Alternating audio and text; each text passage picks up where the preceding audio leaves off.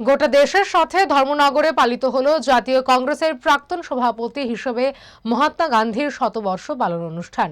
বৃহস্পতিবার মহাত্মা গান্ধীর ছবিতে পুষ্পস্তবক অর্পণ ও মাল্যদানের মধ্য দিয়ে পালিত হয় এই দিনটি। তারপর চলে আলোচনা পর্ব। কংগ্রেস দলের জেলা নেতৃত্ব বলেন, 1924 সালের 26শে ডিসেম্বর কর্ণাটকের বেলগামের সভায় জাতীয় কংগ্রেসের সভাপতি হন মহাত্মা গান্ধী। আর আজ তাঁর শতবর্ষ পূর্তি।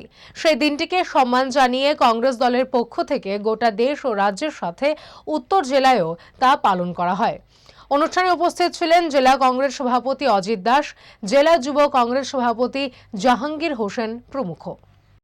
ডিসেম্বর 1924 ইংরাজির 26 ডিসেম্বর কর্ণাটকের বেলগাম সভায় প্রথম আমাদের জাতীয় কংগ্রেসের সভাপতি হিসাবে সভাপতিত্ব গ্রহণ করেন আমাদের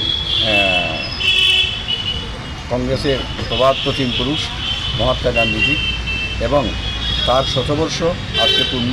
সেই শতবর্ষ পূর্ণ হওয়ার কারণে সারা ভারতবর্ষের কংগ্রেসের সমস্ত অফিসগুলিতে এই অনুষ্ঠান পালিত হচ্ছে।